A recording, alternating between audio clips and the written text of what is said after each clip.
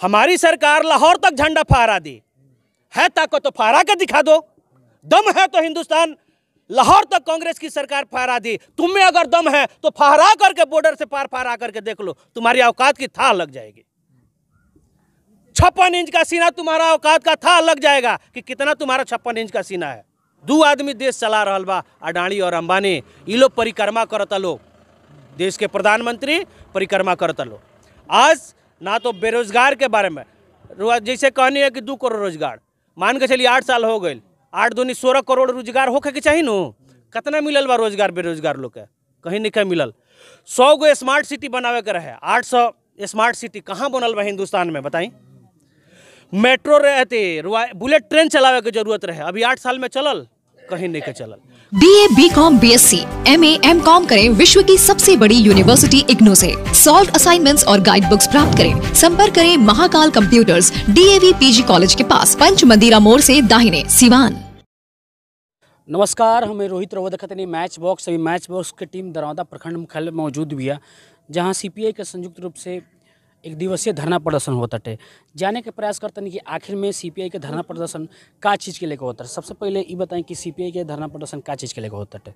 CPI के धरना प्रदर्शन केंद्र सरकार के जन विरोधी नीति, महंगाई के खिलाफ, देश में भ्रष्टाचार के खिलाफ, ये जौन बा आ बेरोजगारी के खिलाफ हमनी के तमाम लोग धरना पर बैठल बने। माननीय नरेंद्र मोदी जी वादा कर रही कि हर साल 2 करोड़ नौकरी देम सन, महंगाई के कम करें सन। का लगा कि महंगाई कम भइल बा, रोजगार मिलल बा? ये अच्छा बात बा कि हम चाहें कि रौरो नौजवान बने।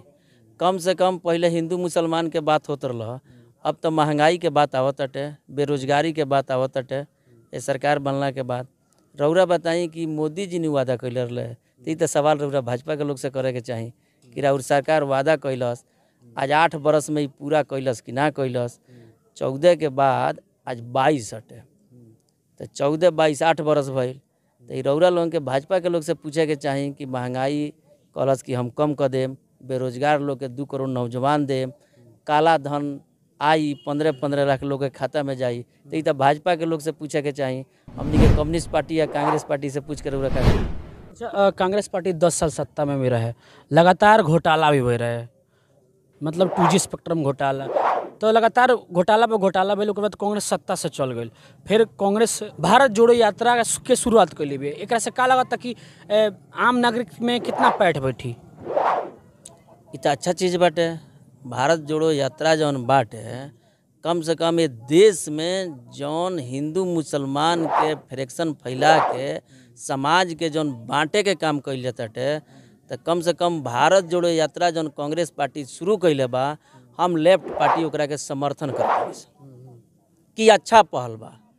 कन्याकुमारी से भारत एक होके के चाही, कन्याकुमारी से कश्मीर तक एक होके के चाही। ये तो अच्छा चीज़ बाटे। एक कम्युनिस्ट पार्टी समर्थन करता, वाम दल एकरा के समर्थन करता कि अच्छा बाटे, भारत जोड़ो यात्रा सही चीज़ बाटे। आज हम बात करते नहीं कि अडानी अंबानी के धन 2014 के पीछे देखल जाओ तो बहुत ज़्यादा ना रहा है। आज अडानी साहब मतलब देश के एशिया के नंबर 1 उद्योगपति बानी, एक पहले 2 नंबर भी चल गए रहनी।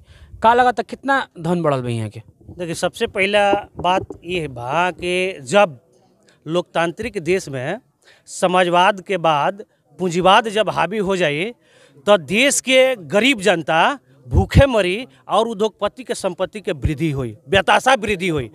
आज पूरा देश 2 आदमी के हाथ में बा, पूरा 2 आदमी बेचता और 2 आदमी ही खरीदता। सारा एकदम क्लियर बा कि 2 आदमी बेचता, 2 आदमी खरीदता। बाकी देश के कोनो व्यापारी उद्योगपति कुछ नहीं करता। तो जब सरकार ही उद्योगपति के अंडर में बिया, तो डिफिनिट बा कि उद्योगपति के संपत्ति बड़ी। अडानी जी एशिया का पूरा वर्ल्ड के नंबर 1 आदमी हो जाइए, पूरा जब देश उनके हाथ में सौंप दिया गई बा, तो ये तो स्वाभाविक बात बा कि वो बड़ा बेहताशा वृद्धि हुई, बढ़बे करी। जब लोकतंत्र देश में आम जनता खातिर, आम गरीब लोग खातिर काम कल जाई, तब न उद्योगपति के कमजोर कल जाई। कांग्रेस की सरकार में कभी भी कोई भी नियम आम गरीबों के लिए बनता था, लेकिन भाजपा के सरकार में सारा कानून अडानी और अंबानी के हती बनता, सारा संपत्ति उनकरा लोग के देवे के बा। तो मान के चलल जाओ कि जब उनकरे लोग खातिर कानून बनता तो संपत्ति आशा वृद्धि होकबे करी, इमें कोनो दिक्कत है ही नहीं, सीधा क्लियर बा। पूंजीपति हावी बा, सरकार भी पूंजीपति के बढ़ावा देले बिया। आम गरीब जनता एगो लोन लेवे जाता तो ओकरा कितना परेशानी करे के पड़ता। 1100 करोड़ के लोन यह अडानी जी के ऑस्ट्रेलिया में कोयला खदान देवे खातिर दिया रहे, यह भारत के SBI बैंक दिले रहे 1100 करोड़ रुपया। डिफाल्टर हो गई है यह नरेंद्र मोदी जी के सरकार, वो डिफाल्टर आदमी के फिर पुनः बहाल करके आ डबल लोन देवे के काम कैले। अब बताइए तो 1100 करोड़ कहाँ गई रुपया? गरीबे जनता के न रुपया रहे। आज जनता एक एक पैसा खातिर मोहताज बिया, मार्केट से पैसा गायब हो गई बा। ये रुपया सब कहाँ गई बा? सब उद्योगपति लोग के हाथ में गई बा। 2 आदमी देश चला रहा बा, अडानी और अंबानी।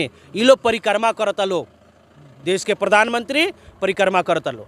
आज ना तो बेरोजगार के बारे में जैसे कहनी है कि 2 करोड़ रोजगार, मान के चलिए 8 साल हो गए, 8 दूनी 16 करोड़ रोजगार होके के चाहिए नु। कितना मिलल बा रोजगार बेरोजगार लोग के? कहीं नहीं मिलल। 100 गो स्मार्ट सिटी बनावे के रहे, 800 स्मार्ट सिटी कहाँ बनल बा हिंदुस्तान में बताई? मेट्रो रहते, बुलेट ट्रेन चलावे के जरूरत रहे, अभी 8 साल में चलल? कहीं नहीं के चलल। कोनो भी काम ग्राउंड स्तर पर भइल बा? नहीं के भइल। सिर्फ हवाई में काम बा। हवा में प्रचार में उद्योगपति लोग देता लो, प्रचार में काम चलता। 2 गो आदमी के समर्पण वालो, ये लोग 2 आदमी के संपत्ति दे देवे के बाद देश बेच देवे के बाद, चूँकि इनका लोग के तो कोनो महत्व नहीं है ना। देश के संजुए में, देश के मुकाम तो लेके आवे में आज कांग्रेस के सरकार रहे कि पूरा भारतवासी मंगलयान चंद्रयान के बात करत रहे। आज यह बीजेपी के सरकार बा, 8 महीना में खाली हिंदुस्तान पाकिस्तान के बात होता, हिंदू मुस्लिम। हाँ, हमारी सरकार लाहौर तक झंडा फहरा दी है, ताकत तो फहरा के दिखा दो। दम है तो हिंदुस्तान लाहौर तक कांग्रेस की सरकार फहरा दी। तुम्हें अगर दम है तो फहरा करके बॉर्डर से पार फहरा करके देख लो, तुम्हारी औकात की था लग जाएगी। 56 इंच का सीना तुम्हारा औकात का था लग जाएगा कि कितना तुम्हारा 56 इंच का सीना है। अबड़ा के मेहरारू सब कोई के भौजाई, अब बड़ियारका के मेहरारू का लगेले, तो ये सब इन लोगों का चाल है। अच्छा, हम ये पूछे के चाहते नहीं कि कांग्रेस सबसे अधिक परिवारवाद के बढ़ावा देले भी है, जो भी आयल बता परिवारवाद से ही क्यों ना क्यों आगे आयल बटे। लगातार कांग्रेस भी 10 साल रहल, फिर काहे सत्ता से चल गई? परिवारवाद, सबसे ज़्यादा परिवारवाद तो बीजेपी में है। हम आपको गिना रहे हैं, राजनाथ सिंह का लड़का पंकज सिंह नोएडा से विधायक हैं, उसको आप परिवारवाद कहिएगा? आइए हिमाचल प्रदेश में अनुराग ठाकुर किसके लड़के हैं? विवेक ठाकुर बिहार के किनके लड़के हैं? नितिन नवीन किनके लड़के हैं? भाजपा के वो छोड़िए, बिहार भाजपा के प्रदेश अध्यक्ष संजय जायसवाल किनके लड़के हैं? बताइए ना। तो ये परिवारवाद नहीं है? डॉक्टर का लड़का अगर डॉक्टर बनेगा तो परिवारवाद हो जाएगा, और दूसरे का लड़का बनेगा तो नहीं होगा।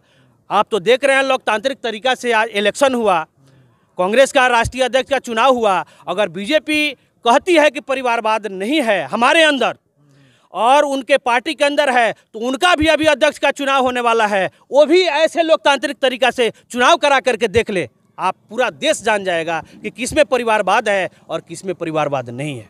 बीजेपी कहती है कि जब कांग्रेस का सत्ता रहे तो देश असुरक्षित रहे, बीजेपी जब से हुई कि देश सुरक्षित भी है। अच्छा, एक चीज़ बताइए कि बीजेपी आई तब से देश सुरक्षित है। उरी में हमला हुआ, किसकी सरकार थी? नरेंद्र मोदी जी की सरकार की बात कर रहे हैं। पठानकोट में हमला हुआ, किनकी सरकार थी? पुलवामा हमला हुआ, किनकी सरकार थी? 42 सैनिकों की मार दी गई, हत्या कर दी गई, आज तक उसका जांच पता चला? कश्मीर से देवेंद्र सिंह डीएसपी दिल ले करके 2 आतंकवादियों को आ रहा था, वो आज पैरोल पे बेल से बाहर है, उसका जांच हुआ?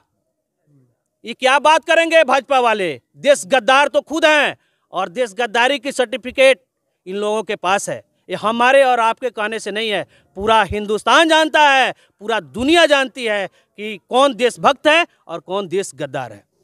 माननीय ललन सिंह के स्टेटमेंट होता है और प्रधानमंत्री के कि वो डुप्लीकेट ओबीसी हैं, और ये जितना नीतीश कुमार जी बनी आरक्षण विरोधी बनी। अच्छा, ये तो अब मान के चले कि अभी तो संविधान बताएगा, जो कानून लागू है, जो जातीय समीकरण हमको हमारा जो कानून अनुशंसा किया है, वो तो सब चीज़ दिखाएगा, वो न बताएगा कौन सही है या कौन गलत है। वो तो संवैधानिक व्यवस्था है।